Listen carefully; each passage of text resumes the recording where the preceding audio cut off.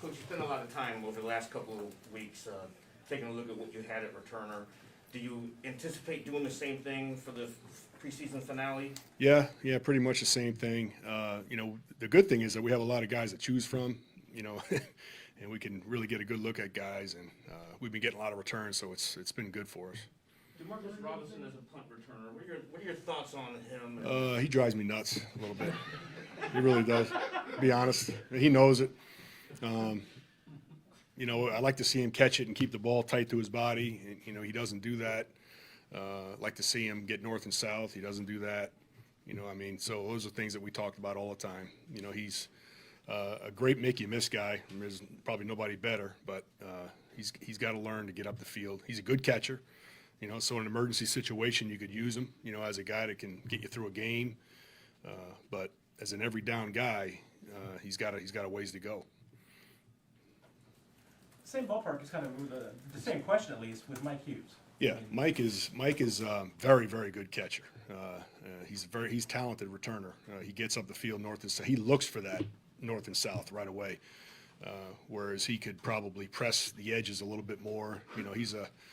He's talented, and we like what we see in him going forward. With 2 preseason games, is there anybody that's sort of increased their value in the 4 phases? I think Jody Fortson has. Jody's setting himself up well. Not really, no surprises, but I was just happy to see Jody, with as hard as he worked in the offseason to be able to show it on the field, as a hold-up guy and, and blocker and cover guy, physical. It's good to see. To that point, Coach, players that are trying to make the team, obviously special teams is probably going to be the way to go. Is there anyone that you could possibly tell us that's on the borderline that needs to have a good showing on Friday? I think everybody needs to have a good showing. There's guys that you might think are easy ins right now. They're still fighting. It's not over. And that's the thing that I tell them. I say that the decision's not made until this last game is done. We get down to 53, so they got to keep fighting. Everybody. There's a lot of positions that are still open right now, and special teams will have something to do with it, but offense and defense mostly. Are there individuals that you give advice to, like, hey, this is what I want to look for? Oh, they know. It's clear. I tell you like it is guy, and they know exactly how they stand. They know what they need to do. They know that if they need to have a big game or not. There's no gray area with me, and I think it's good for the guys to know. What do you see from Jared McKinney, and what does it say about the willingness to do it, even as what is a 7-year? He's. I'm not sure how much special teams he's had in his past, but he's been playing great for us. If you know, like every week he does. The last 2 games, the first game he had the nice hit, as a PP, and then in the second game he had the nice block on the punt return, out in front of the returner. Boom, he got a knockdown on a big guy. He's not afraid to stick his head in there. He's not afraid to do the dirty work. Which is good to see with a veteran guy. You never know how he's going to react, and he's really taken the role, and accepted it, and he's doing everything he can. So you're borderline guys. When you talk to like Marcus Kemp, the Reese Fountain players like that, Yeah. what do you kind of tell them to make sure? Because I know you like Marcus Kemp with special teams. What do you try to tell them that they're doing well offensively too, but special teams is also. Yeah, Marcus Kemp, you don't need to say much to because he's a highly motivated, self-motivated guy. He goes hard all the time. A guy like Fountain, he's got to try to impress on everything he does. He's got to obviously show up on special teams a little bit more. That'll help him. But he's done such a good job on offense. I'm not saying it's a shoot. Like, he's one of those guys that's battling. He's a bubble guy, and that's those guys they're fighting for a spot. And there's a lot of competition on this team. When you see us cutting great players like we have, that just tells you, that we have a lot of competition. How has Townsend been doing with the holding duties? Holding's fine. He's fine with that. He set the bar high for himself in that first game, and we know what he can do.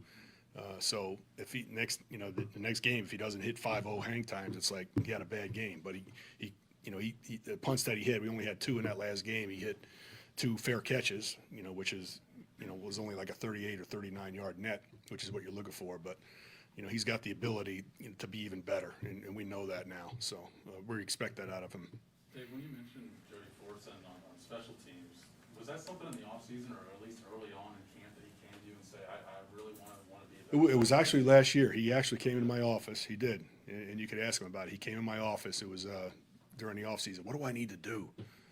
You know, and we just laid it out on for him, and he's, you know, and that's why I'm so excited about him, because he's done it. You know, he's got himself in the position, you know, to be successful. Is that unusual that a guy would come to you? No, not unusual at all. Guys that come to me if they don't think they're not getting enough reps, they want to know why. You know, it's, you know, and I shoot them straight. They understand, you know, and it helps. I mean, communication's the key. You know, you can't, you know, they don't want to be. You know, I don't think players should be surprised, you know, when they get cut or released, or, you know, I mean, or make the team for that matter. One of the things with him, though, is obviously this offseason, he was going into sort of a little bit of a body transformation, switching positions as well. So at your spot, do you immediately know where you're going to put him, or do you kind of wait to see how that plays? Yeah, he kind of, we tried him at different spots. Like now he can play on the, like, for example, he used to be a slot, like on punt, which is a kind of an intermediate, you know, type builds, the safety type. He's gotten so big now, I could play him at guard and tackle on punt team. You know, and he can hold up in there against bigger guys. So, and that's a perfect example of how it changed for him. Along those same lines, coaches, he had told me previously during camp he had worked out with Delaney Walker to improve his blocking. How much of that are you seeing when you mentioned he can play interior and block? Yeah, I mean, you probably have to ask, you know, the tight ends coach Melvin Moore about that. But I watch him like every day on 9 and 7. I can see he's bringing the physicalness, and he's running through guys instead of just running two guys. He's starting to run through guys on traps and stuff. So that's all confidence, you know. And he's building. You can see his confidence getting built every day. Okay, thanks, Coach. All right, we'll see.